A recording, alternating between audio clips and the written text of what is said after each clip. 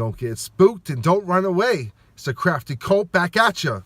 I'm Josh, and this is CC, Cindy the Chemist. And today we are on 1963 Lincoln Highway, North Versailles, Pittsburgh, Pennsylvania.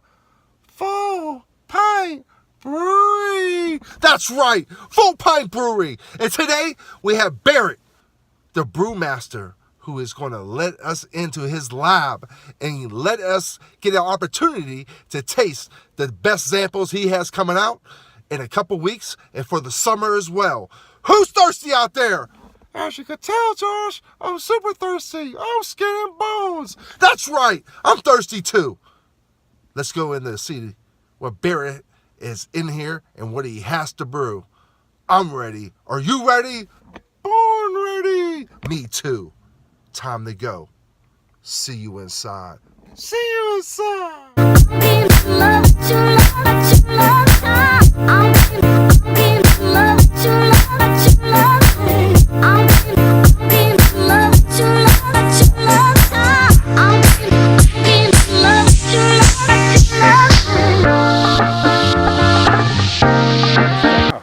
And we are back with the Crafty Cult. Today we have a special guest here. We have the brewer from the east side of the city, FullPint Brewer. Please introduce yourself and tell everybody who you are, what you do. I'm Barrett Goddard. I'm the brewer and production manager at FullPint Brewing. Awesome to see local companies always working together to try to create such a great experiment, what you guys are doing with everything. And plus, not competing against each other either, but actually working with each other. Yeah. I mean, it's one of those things with the craft community. Everybody is willing to help each other. It's the the rising tide raises all the ships type of mentality. Because the more and more Pittsburgh's known as having a lot of good breweries, the more people come out and go around and tour them all. Exactly. So it's a great time in America with all the new breweries opening. And a lot of innovation and different styles, and with the switch to canning, it allows us to take part in that.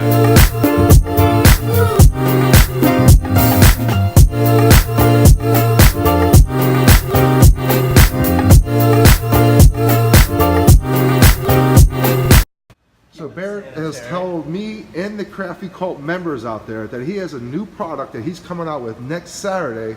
And me and Barrett are going to be the first ones. What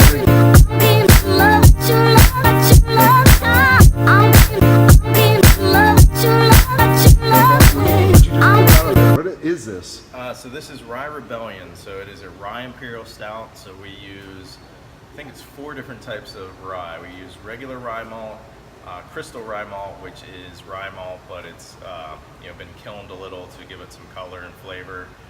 We use chocolate rye, which is a roasted, a darker malt, and then we use flaked rye, which helps with the creaminess of the beer. It comes in at 11% alcohol, and then it's aged in wiggle whiskey barrels for 6 months. Cheers, everybody out there. Cheers to you too. Thank you.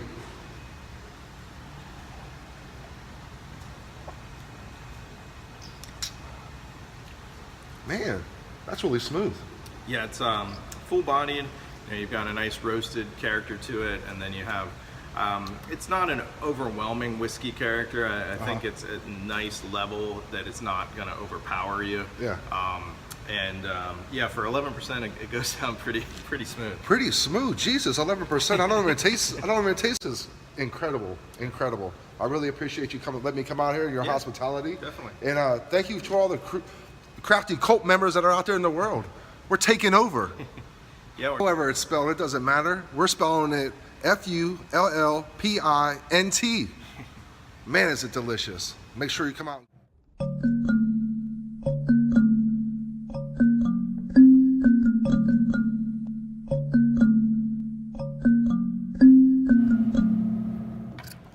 Hello. We are back.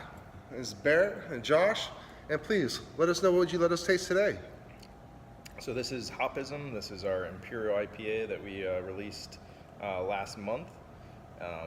It's 11% alcohol, and brewed with Citra, Centennial, Chinook, and Summit hops. It's got a nice citrus aroma to it, and then, I don't know if you can see the color too well, it's got a nice deep kind of bronze color to it. I agree with that. A little auburn tint to it as well. Looks amazing though. Smells very hoppy, but of course it's 11% in. Imperial Ipa, so you get a nice hop aroma to it. It does have a very hoppy aroma to it, but the interesting fact to me is as I drink it, the hops itself is not overpowering the flavor of the beer itself, which is great. It smells like it's gonna just hit you right in the face and just overwhelm you, but it actually doesn't. I know you guys see me out there keep twirling my glass. The reason I keep twirling my glass is because as you twirl the beer, it releases the CO2, which releases the aroma of the beer. So we're trying to release this and smell all these hops. You can also check how well the beer was carbonated as well when you're swirling. You're looking for a tighter, smaller bubble. So, hey, I'm not the master. You're the brew master. Thank you again. And woo, 11%? Man, doesn't even taste like it. Kind of like Kool-Aid a little bit. Come get some. Our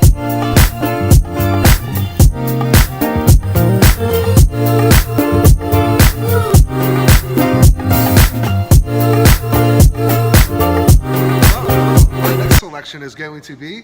This is White Lightning. This is our best-selling beer, and it probably makes up, I'd say, almost 70% of our production would be my guess.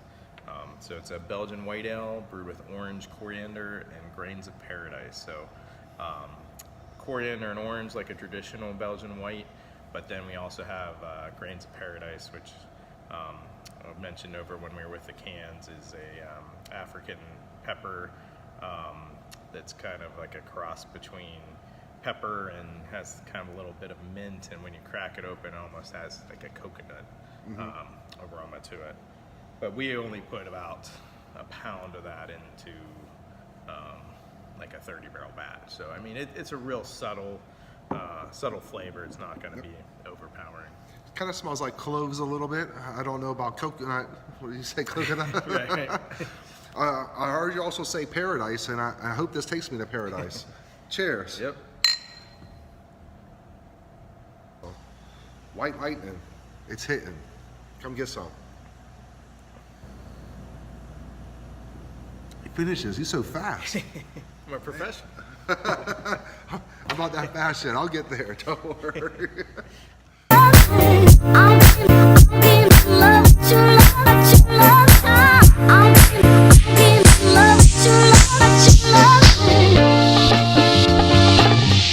Ooh, Crafty called us back.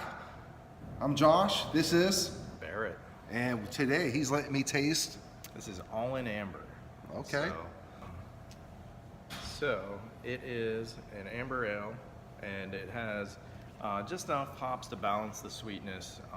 Just a nice, refreshing beer. This is what I have in my fridge at home the most often, that I can grab and have a couple while I'm cooking dinner. You know, it's, you know, if you like Fat Tire or something along the lines of that, you know, I'm pretty confident on this beer. I put it up against any amber out there.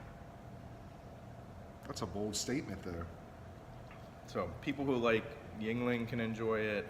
People that like, you know, a domestic beer can enjoy it, and then people who like craft beer, it has enough character. We do a hop addition towards the end of the boil, so you have a nice hop character to it, but it's not too much to scare off.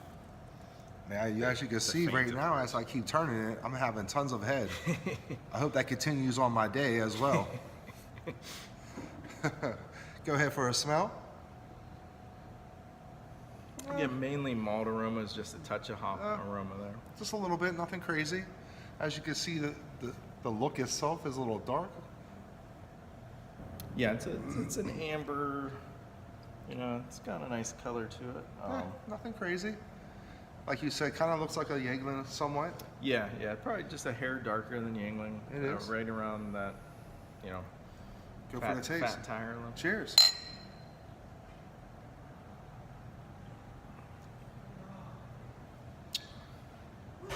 little hoppy on the aftertaste, but Flavor and aroma to it. well, you know, hey, hop aroma, hey, this is delicious. I appreciate it. Thank you very much. Yeah. Hey man, come on out here. You don't know what you're missing. Cheers.